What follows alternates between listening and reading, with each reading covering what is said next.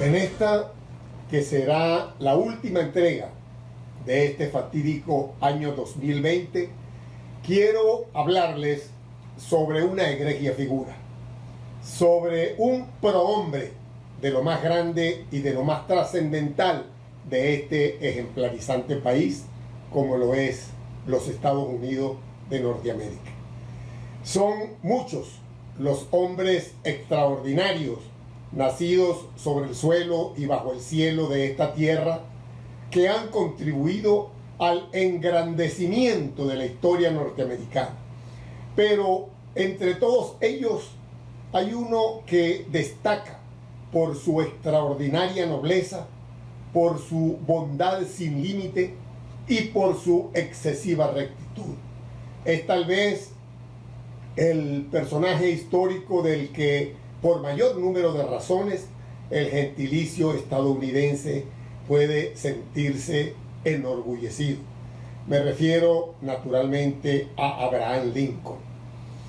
Nace Abraham Lincoln justo en el mismo momento en que se da inicio a la guerra de independencia en los Estados Unidos, en 1809. Viene al mundo en el seno de una humilde familia, labriega, sumamente pobre, de una región casi salvaje, como lo era el medio oeste americano, aún poblado de indios, donde la guerra con la barbarie era parte de la rutina diaria.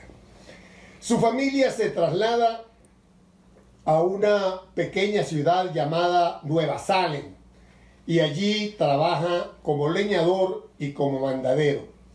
Aprendió a leer para convertirse luego en un lector de voracidad extraordinaria. Muy pronto, aquella figura de gigante, flaco, desgarbado, de mirada tierna, de alma sensible y pura, con un estilo para hablar y para contar cuentos que asomaba en él como una especie de poeta y que reflejaba una ternura humana pocas veces vista. Este hombre conquista muy rápidamente el corazón de los lugareños.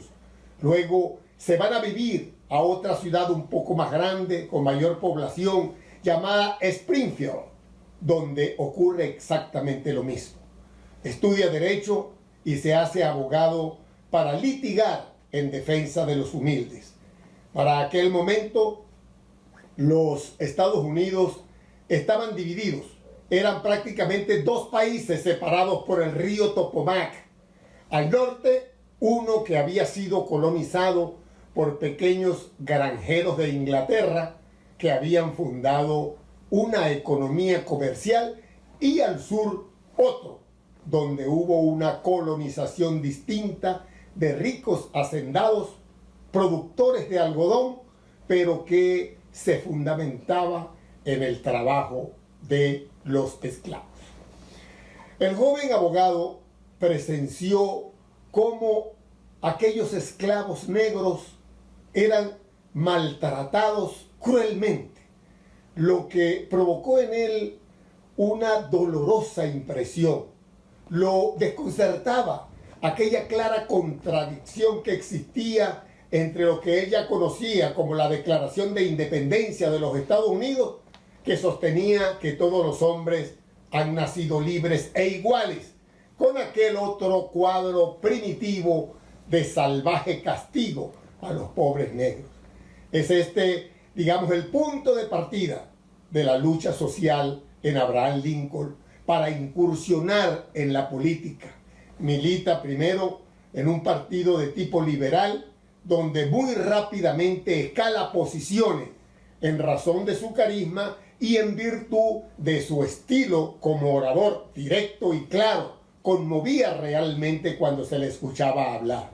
Del Partido Liberal se desprende luego en ese momento un grupo para constituir lo que sería a la postre el Partido Republicano.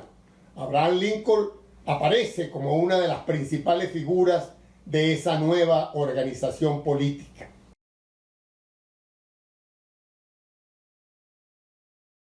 Ese leñador, nacido en una humilde cabaña, se erige como uno de los grandes fenómenos que hace la grandeza de la democracia americana.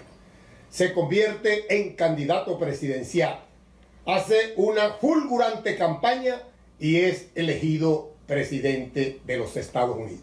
Y sale entonces Abraham Lincoln en 1861 de Springfield con unos viejos baúles de abogado de pueblo que él mismo ata. Pone encima su nombre y la dirección en Washington de la Casa Blanca. Se ha dejado crecer la barba porque una niña de 15 años le había escrito una carta donde le decía que los hombres con barba eran mucho más respetables y de mejor aspecto. La impresión que causó Abraham Lincoln en la capital cuando llega a la Casa Blanca fue la de un ser salvaje, la de un ser estrafalario que venía del fondo de aquellas soledades habitadas por los indios. El triunfo de Lincoln hace comprender a los estados del sur y a todo el mundo que va a plantearse un serio problema, porque era obvio que él iba a cumplir la palabra que ya había empeñado. Declararía la abolición de la esclavitud. Ya lo había dicho en sus campañas y en sus conversaciones con sus hombres de confianza, y el sur no iba tan fácilmente a dejarse arrebatar los esclavos, porque eso constituía el gran negocio de ellos.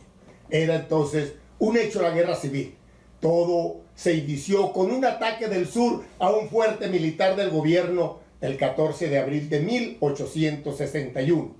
La sangrienta guerra de secesión que va a ocupar casi todo el periodo del gobierno de este hombre que, paradójicamente, siendo un hombre de paz, siendo un hombre de justicia, siendo un hombre de concordia, le toca presidir la única guerra civil de este país.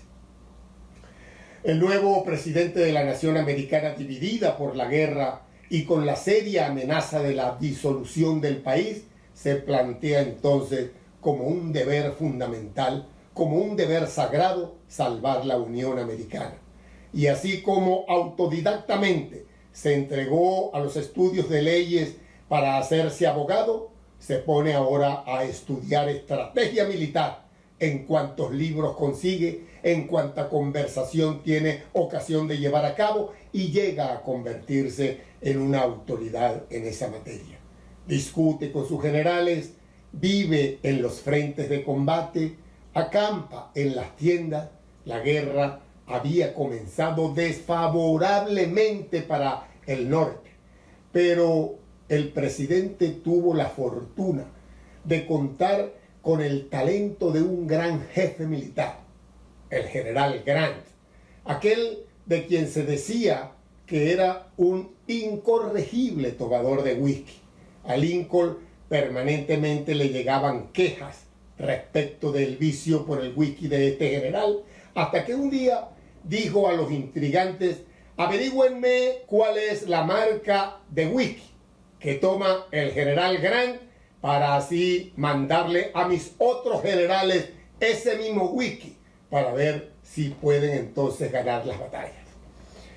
Las condiciones de la guerra fueron cambiando a favor del norte gracias a las acertadas estrategias del general Grant, por lo cual Abraham Lincoln da el paso definitivo, el paso decisivo.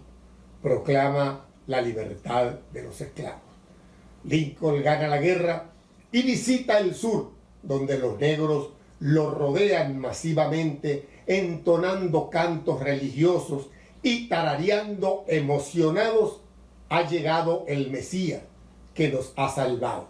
Eso fue la guerra. Había comenzado con un primer disparo el 14 de abril de 1861, cuando tomaron el fuerte militar del norte, y el último disparo se produjo 4 días después de terminada la guerra, el 14 de abril de 1865, y fue ese disparo de un arma de un fanático del sur que logró penetrar el palco presidencial del Teatro Ford en Washington para, por la espalda, asestarle un tiro en la cabeza a Abraham Lincoln para cegar la vida de este insigne y preclaro ser superior cuya gloria se ha agigantado como el, digamos, non plus ultra entre los grandes y más excelsos militantes del ideario de la libertad.